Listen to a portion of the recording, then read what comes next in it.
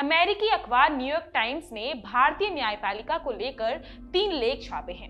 इन लेखों में ये बताया गया है कि किस तरह से भारत की सत्ता में बैठे लोग भारतीय अदालतों को अपने कब्जे में ले रहे हैं। एक अन्य लेख में इस बात का जिक्र किया गया है कि हिंदुत्व के खच्चर पर सवार होकर भारत की सत्ताधारी पार्टी इंडिया के जुडिशियल सिस्टम को खराब करने का काम कर रही है। ऐसा वो जजों को संसद, सरकार या सरकारी कमीशनों में पद देने का लालच देकर कर रहे हैं। लेख में इस बात का भी जिक्र किया गया है कि भारत में तानाशाही की सरकार चल रही है जो भारत के जुडिशियल सिस्टम को कमजोर करने का काम कर रही है और ये सब भारत को पीछे ढकेल रहा है। सवाल ये भी उठता है कि अमेरिकी अखबार में छपे लेख किस हद तक सही हैं? क्या वाकई भारतीय सरकार देश की न्यायपालिका को कब्जे में लेने का काम कर रही है या नहीं?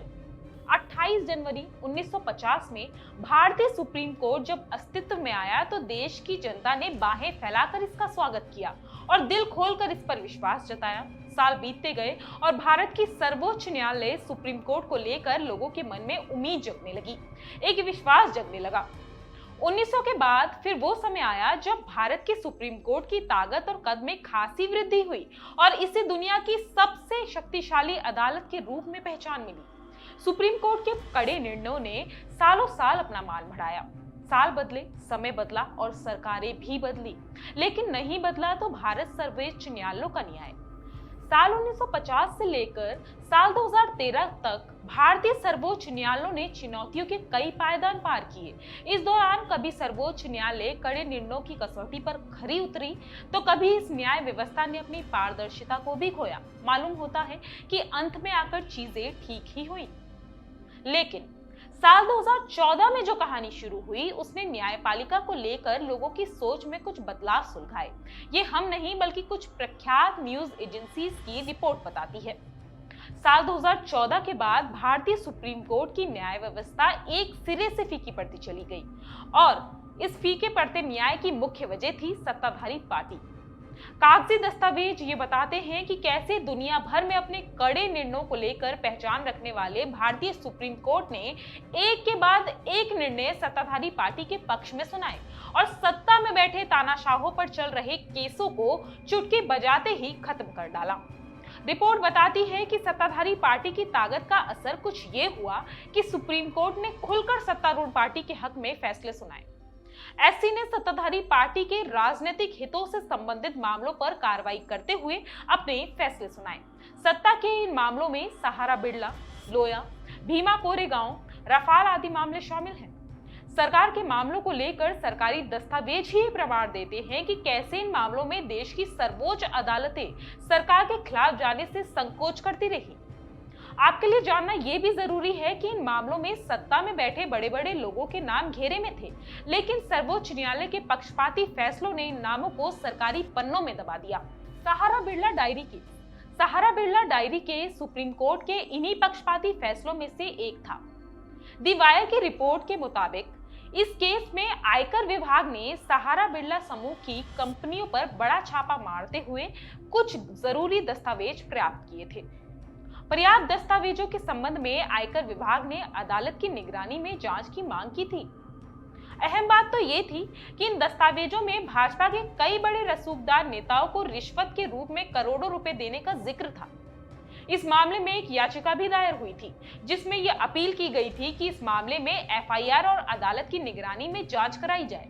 लेकिन हैरत होती है ये जानकर कि सुप्रीम कोर्ट के जस्टिस अरुण मिश्रा और अमिताभ रॉय की पीठ ने याचिका ये कहकर खारिज कर दी कि उठाए गए सवाल अपराध साबित करने और एफआईआर दर्ज करने के लिए पर्याप्त नहीं है। अदालत ने ये कहकर इस मुद्दे को हमेशा के लिए निरस्त कर दिया था। जज लोया केस।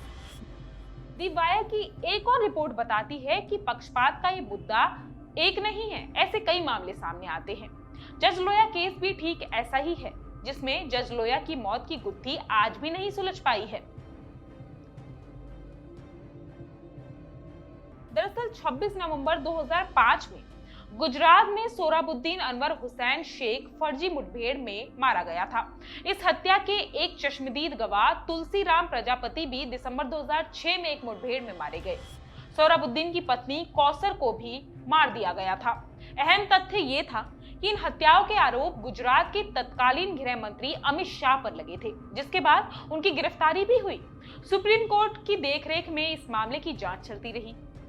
साल 2014 में सीबीआई के विशेष जज जेटी उत्पत ने अमित शाह को समन किया, लेकिन शाह ने सुनवाई में हाजिर होने से छूट मांगी। बहरहाल इजाजत नहीं मिली। इसके बाद जेटी उत्पत का तबादला कर दिया गया। इसके बाद हुआ ये कि ये मामला जज लोया को सौंप दिया गया। मामले में अमित शाह जज लोया की अदालत में भी पेश नहीं हुए।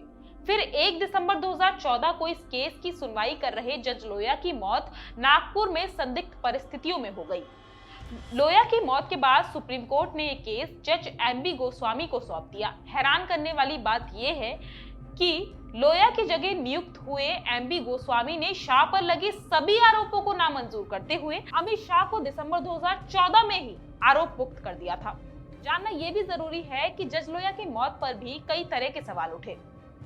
जज लोया की मौत की स्वतंत्र जांच की मांग भी उठी और सुप्रीम कोर्ट में याचिका भी दायर हुई, लेकिन इन याचिकाओं को अदालत ने ये कहकर खारिज कर दिया कि जज लोया की मौत प्राकृतिक कारणों से हुई है।